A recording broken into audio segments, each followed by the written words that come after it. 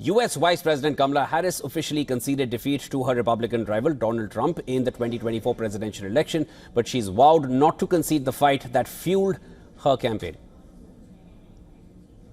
The outcome of this election is not what we wanted, not what we fought for, not what we voted for, but hear me when I say,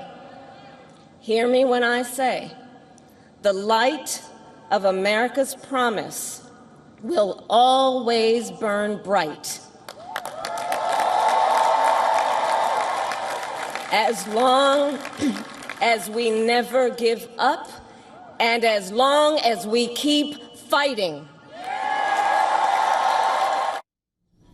Her supporters at Harvard cheered for her as she urged them to accept the result of the election. She also told them she had declared winner Donald Trump to congratulate him.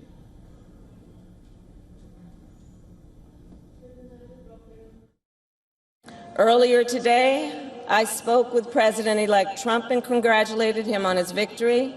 I also told him that we will help him and his team with their transition, and that we will engage in a peaceful transfer of power.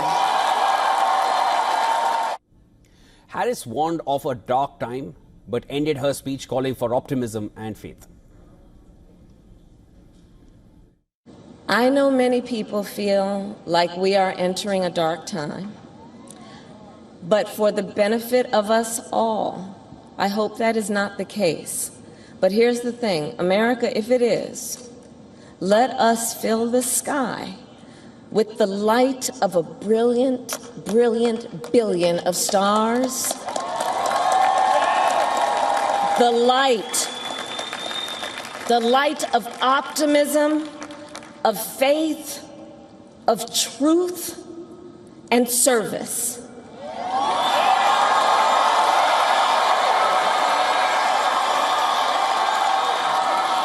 H.U. And may that work guide us, even in the face of setbacks, toward the extraordinary promise of the United States of America. Trump won the U.S. presidential election for a second term, handing Harris a defeat in one of the most remarkable comebacks in American electoral history.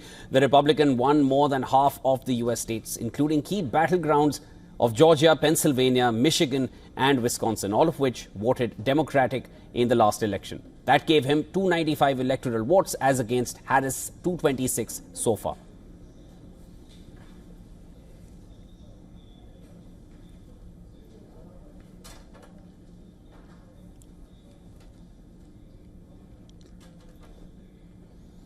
All right, to discuss this further, we're now being joined by John Pearlstein from Los Angeles. He is a Democratic political commentator. Mr. Pearlstein, thank you so much for joining me here on WION on this broadcast. I'd first like to get your thoughts on, on the recent result, and then we can talk further on what to expect next. Mr. Pearlstein, majority of white voters, men and women, voted in favor of Trump. Do you feel America is just not ready for a woman president of mixed race yet? Or do you feel it would have been a different outcome had Biden stepped aside a year ago, giving enough time for Harris for a full campaign? What are your thoughts on the recent results? I think those are both probably true.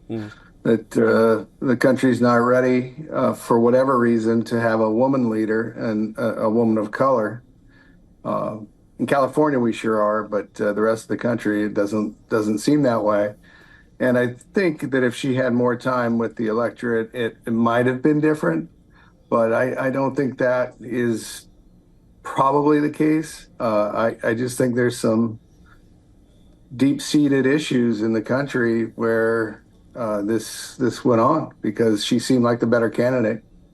Mr. Pearlstein, Trump made a lot of claims of things that he'll do within the first week of his presidency if he came to power. I think these were statements he made shortly after that assassination attempt. This was at the RNC in Wisconsin. And this was regarding the completion of the wall. And of course, his drill, baby, drill message was also loud and clear.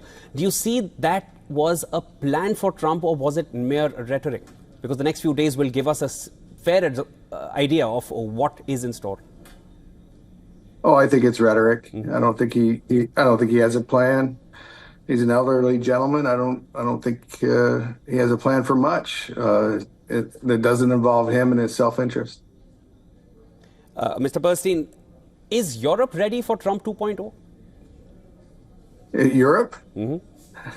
No, I don't think they are. I don't think our country's ever seen in modern time somebody with this much power, apparently.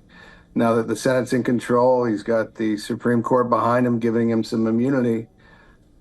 He can pretty much do what he wants, and we've never had that in modern time.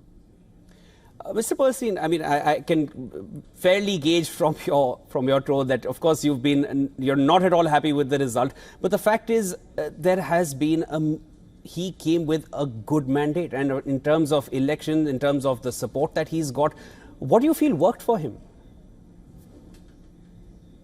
I think we have a divided country, as everybody is pretty much aware.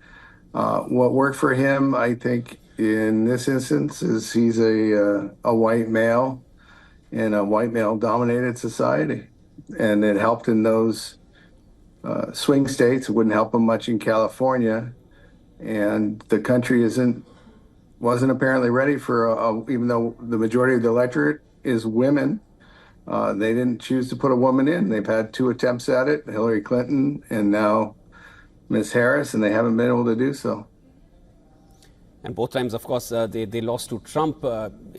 Wonder what that Correct. says more about the American, the Americans, or about the candidate, which was Donald Trump. But you mentioned earlier that it could be true had Biden stepped aside earlier, and also could be true that America maybe is not ready for a female president at this point of mixed race. So the willingness to, I would say at least the intent to re-establish ties with Russia, I'm talking about Trump here specifically, there seems to be an underlying tone to that. When he says that he could end the war within one day, that has to be based on certain relations that he already has with Russian leader Vladimir Putin. Russia so far has said that they'll see what Trump does. Russia perhaps is, they don't trust him fully, because I remember Vladimir Putin had made this comment that he wouldn't mind if Biden comes back. Biden is predictable. That means Trump is not. How do you feel Russia and US ties are going to be going forward? Growing up here, they were our enemy, and he's quite friendly with them.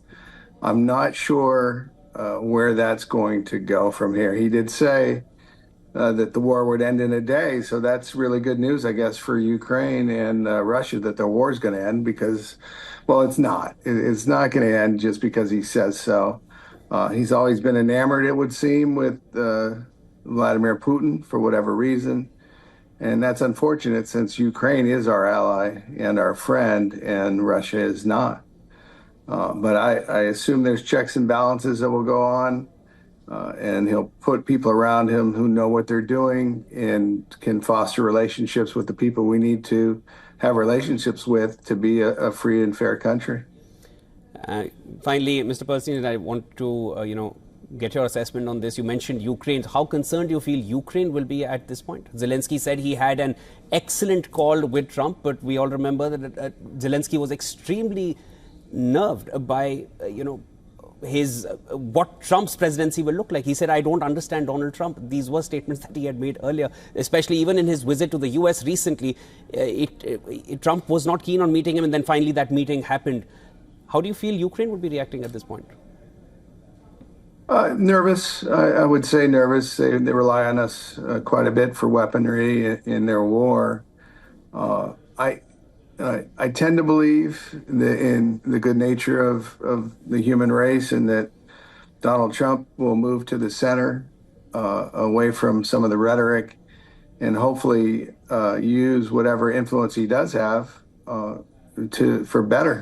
for better in that area, for better with Russia and the Ukraine, that maybe he can help and end that war. I don't see it, but it's possible, I guess.